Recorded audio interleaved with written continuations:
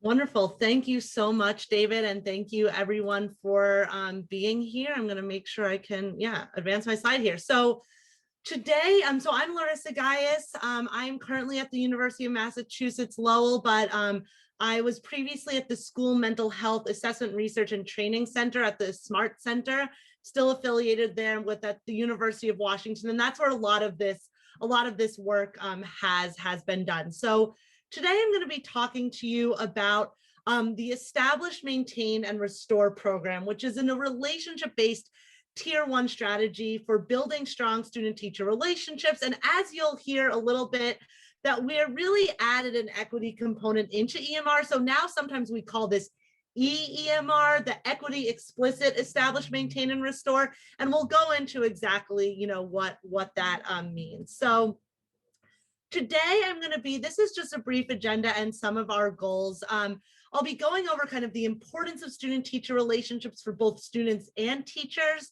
be giving an overview of EMR, then talking a little bit about the EMR practices and what we call our equity levers.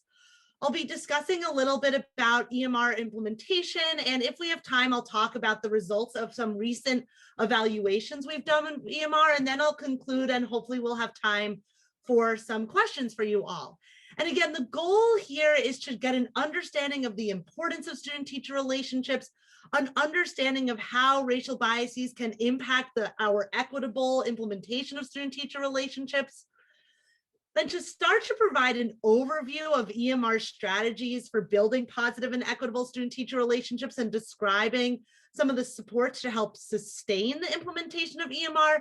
But just know, this is just an hour and 15 minutes. So this is not meant to serve as an in-depth kind of workshop or training or full overview of exactly how one would do EMR, or, it's more of just kind of an understanding and overview of what the system is. And then there are resources for you to more dive into these different practices. And, if this is something you're interested in engaging, within your school or district or community, we can also chat more about that. But I want to set the expectations that this is not, a full workshop on EMR necessarily. Okay. So the importance of student-teacher relationships. I really want to, you are all here, you chose to be at the session, I assume because you value and understand the importance of student-teacher relationships, and that's why we're in this room today.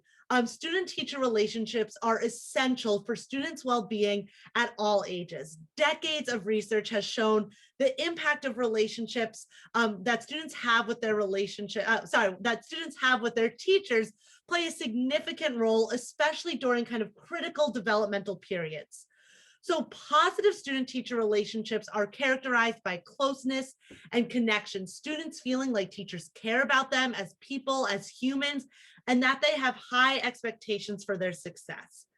Students who have these positive, trustworthy, close relationships with their teachers are more likely to have high social emotional well-being. They're more likely to be engaged and motivated to learn within their classrooms when they feel like they can trust the teacher and their teacher believes in their abilities. Students who have strong relationships with their teachers feel stronger connection and a sense of belonging into their school. They're less likely to have high levels of grade retention and dropout, and are better able to achieve academically as well. So student-teacher relationships can really be the foundation for positive success across multiple domains of well-being.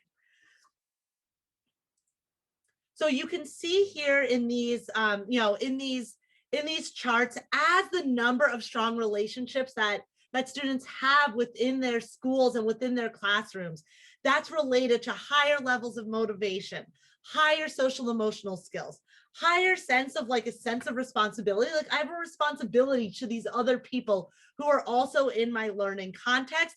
And also, as the number of strong relationships within the school goes up, high risk behaviors also tend to decline. But it's not, it's not just that relationships matter for student well-being. Relationships also really matter for teachers. Almost all teachers say that the relationship with students is very important. And the most common reason why teachers stay in the profession is because they love interacting and having those relationships with students, as I'm sure many of us can attest to, right? So and often these relationships with these students can buffer a lot of the other challenges that teachers and other school staff may feel, if that's extra demands or stressful work environment or things like that.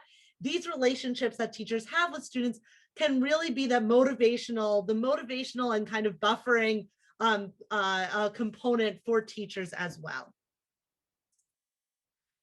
And despite the importance of relationships, strong positive relationships for both students and teachers, unfortunately, the reality is that a lot of young people, a lot of children, adolescents feel lonely, that they don't necessarily feel like they have these strong relationships, especially with adults that they feel like they may be able to trust and have these close relationships with.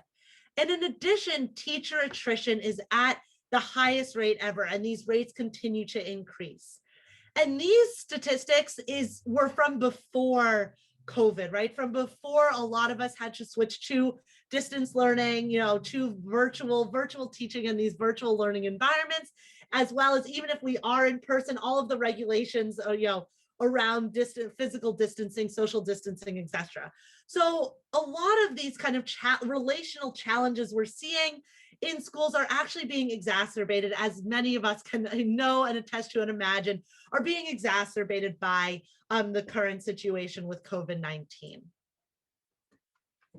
And again, the focus of the day here at the conference, as well as with our current project, is focused on equity. So in addition to the importance of student-teacher relationships for students overall, for all students, I do want to hone in on what we know about student-teacher relationships specifically for students of color.